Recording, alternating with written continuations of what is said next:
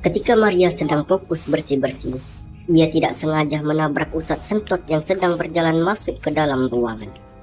Maaf Ustaz, saya tidak sengaja, soalnya saya lagi fokus menyapu.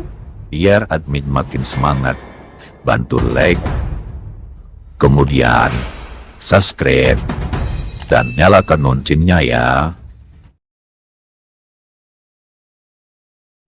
Di desa yang indah dan damai, berdiri sebuah pesantren Al-Mufarraqah. Pondok pesantren ini dipimpin oleh seorang pemuka agama yang cukup masyhur di desa bernama Ustadz Sentot. Tetapi ada sesuatu warga desa yang belum mengetahui tentang rahasia besar di balik gelar Ustadz ini.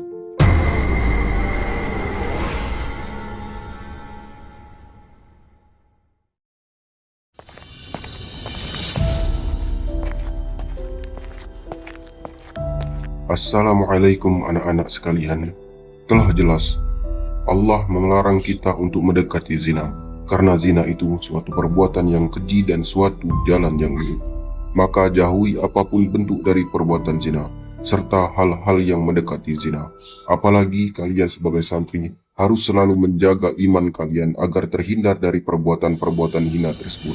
Karena kalian adalah penerus generasi berikutnya dan calon orang-orang yang akan menyampaikan ilmu agama. Sekali lagi, Ustadz tekankan kepada kalian, jagalah iman kalian. Ustadz Sentot memiliki seorang istri yang tengah mengandung buah hati mereka. Dek, Mas malam ini pengen dek, ini kan malam Jumat. Aduh Mas, adik lagi nggak enak badan ini. Mana si kecil di dalam gerak-gerak terus seharian ini. Sakit perut adik Mas. Tapi dek, kan Mas lagi pengen dek ini. Aduh Mas, besok-besok aja deh. Adik capek banget hari ini. Dengar jawaban istrinya, Ustadz Sentot kesal. Namun ia tidak bisa marah karena memang istrinya sedang hamil tua. Lalu ia pun tidur dengan kesalnya. Maria adalah salah satu santri yatim piatu yang belajar di pondok pesantren Al-Mufarraqah. Ia dimasukkan ke pesantren oleh kerabat ayahnya. Di sana Maria belajar dengan sangat rajin dan sangat patuh terhadap guru-guru yang mengajar. Maria, tolong kamu sapu ruangan ini ya. Terus kalau sudah selesai, nanti yang di belakang itu kamu juga sapu ya. Baik Ustaz, nanti kalau sudah selesai, di belakang akan saya bersihkan juga.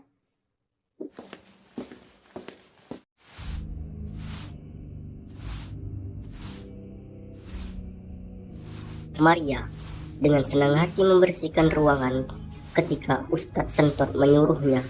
Baginya, itu adalah suatu hal yang wajib dilaksanakan oleh seorang murid ketika guru menyuruhnya. Ketika Maria sedang fokus bersih-bersih, ia tidak sengaja menabrak Ustadz Sentot yang sedang berjalan masuk ke dalam ruangan.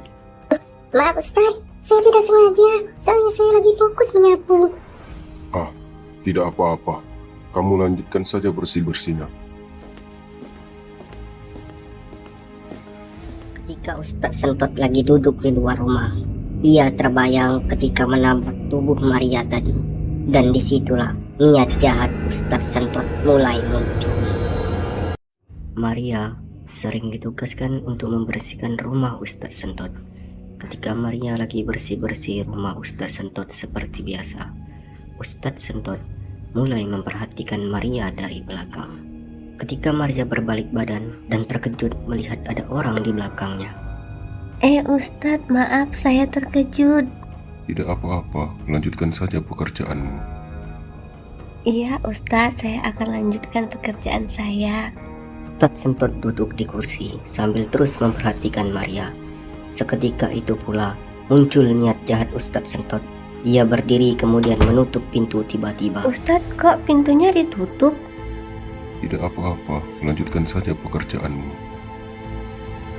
Ketika Maria kembali melanjutkan pekerjaannya, Ustadz Sentot diam-diam berjalan ke arah Maria. Tiba-tiba dari arah belakang, Ustadz Sentot memeluk Maria. Aduh, astagfirullah. Ustadz, apa-apaan ini? Tolong, tolong, tolong.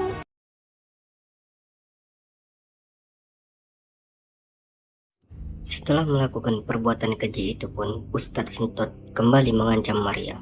Was kamu, kalau berani cerita ke orang, saya keluarkan kamu dari pesantren ini. Maria hanya bisa menangis dengan apa yang telah terjadi padanya. Hari-hari berlalu, sejak kejadian itu, hidup Maria tidak lagi secerah dahulu. Ia terkadang menangis sendirian. Ketika Maria sedang menangis, teman Maria melihat dan heran kenapa Maria menangis, dan temannya pun mencoba untuk menanyakan hal tersebut dan mencoba menghibur Maria. Maria, kenapa kamu terlihat menangis? Ah, tidak apa-apa. Aku hanya teringat orang tuaku. Oh, begitu. Ya sudah, itu biasa Maria. Untuk santri seperti kita, rasa kangen kepada orang tua pasti ada. Karena rasa tidak yang dirasakan Maria, ia pun bertekad untuk kabur dari pesantren. Sebelum ia melarikan diri, ia menulis pesan kepada teman-teman. Maaf, teman-teman. Apabila selama ini saya pernah berbuat salah terhadap kalian di pesantren ini, saya tidak kuat menanggung rasa hina ini. Saya pernah dilecehkan oleh pimpinan pesantren kita, Ustadz Sentot, ketika saya membantu membersihkan ruangan rumahnya. Dan saya takut hal ini akan terjadi lagi kepada saya apabila saya terus berada di pesantren ini. Sekali lagi saya mohon maaf kepada kalian dan jaga diri kalian. Maria. Pada malam hari, Maria mulai keluar ke arah belakang pesantren menuju ke arah hutan dengan harapan bisa tembus ke jalan utama dan menumpang bis malam yang akan ke kota. Namun, di tengah perjalanan, Maria terpleset jatuh ke dalam jurang karena keadaan yang gelap dan jalanan yang licin.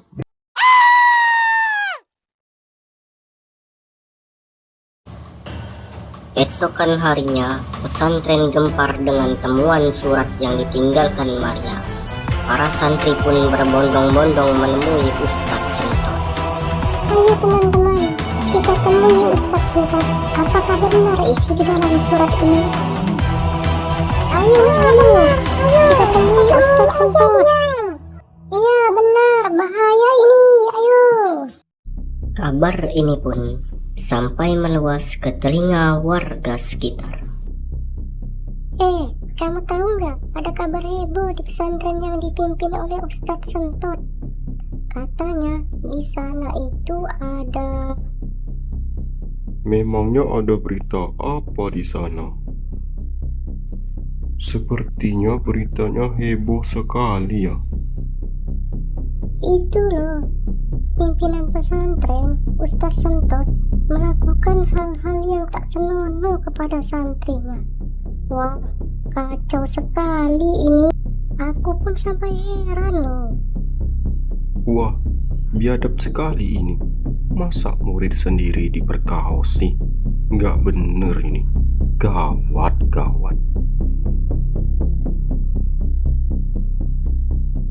Iya bener, gak bisa dibiarin ini. Nanti murid yang lainnya bakal jadi korban juga loh. Bahaya itu. Ya sudah, ayo kita geruduk saja pesantren itu. Kalau dibiarin, buat malu kampung kita loh. Ayo. Biar kita usir sekalian dari sini dia. Suminto, seorang warga yang biasa mencari kayu bakar, menemukan hal yang tak biasa di jalan yang ia biasa lewati. Loh, sandal siapa ini? Kan jalan ini jarang ada yang lewat selain aku. Kemudian, Suminto mencoba mencari pemilik sendal dengan menyusuri jalan hutan sampai ke jurang. Betapa terkejutnya ia menemukan seorang wanita yang sudah terjatuh di bawah jurang. Hei, keluar kamu Ustaz Cabul. Ya, atau kami giring kamu keluar. Dari kejauhan, warga yang menemukan jasad Maria menghampiri warga yang berkumpul untuk memberitahukan penemuannya. Bapak, ibu-ibu, itu. Ada apaan sih, Minto? Kamu ini atur napas dulu, baru ngomong. Iya, ada apaan sih? Itu Pak, di jurang yang biasa saya lewati. Saya ketemu Ketemu apa? Cepat ngomong. ada mayat Pak, mayat perempuan, cewek. Udah, ayo kita lihat yang lain, tolong lapor polisi. Sementara itu, Ustadz Setot sudah ketakutan di dalam rumahnya karena hasil perbuatan kejinya. Kenapa, Mas? Warga dan santri-santri datang ke sini. Ayo kita keluar. Ah, apa-apaan sih kamu? Ikut-ikutan aja. Udah, biarin aja. Loh, kok Mas ketakutan gini sih? Udah, kita diem-diem aja di rumah. Nggak usah keluar rumah. Biarin aja. Nanti mereka pergi sendiri kok. Aduh, Mas, di luar banyak orang kok kita kayak sembunyi-sembunyi gini sih. Ah, kamu ini udah dibilang diem-diem aja ya diem dong. Suminto, warga dan santri telah sampai ke lokasi jurang yang dimaksud Suminto, disusul oleh polisi dan warga lainnya. Pak, ini teman kita, Maria. Dia juga santri di pesantren. Ya Allah, kasihan sekali anak ini. Dia pasti kabur dari pesantren pada malam hari. Karena gelap dan licin dia sampai terjatuh. Sampai ke bawah jurang ini. Ini semua gara-gara Ustadz Cabul itu. Dasar manusia iblis, pembunuh. Ayo, kita geruduk aja ke rumahnya. Polisi langsung mengevakuasi jasad Maria dan membawanya ke rumah sakit untuk proses otopsi. Sedangkan warga, santri, dan beberapa polisi menuju rumah Ustadz Sentot. Polisi, warga, dan santri sudah ramai berkumpul di depan rumah Ustadz Sentot. Assalamualaikum Ustadz.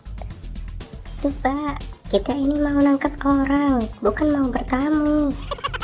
Iya, saya tahu. Tapi ini kan baru dugaan. Jangan langsung main hakim sendiri. Udah Pak, kalau dia nggak keluar, biar kita yang dobrak dan seret dia keluar. Udah jelas kok dia penyebab semua kegaduhan ini. Iya sudah. Bapak-bapak, ibu-ibu tenang dulu. Biar kami petugas yang mengurusnya. Mas, kenapa ada polisi di luar? Hah? Ada polisi? Iya Mas, ayo kita keluar aja. Adik takut kalau begini terus. Iya. Ayo kita keluar.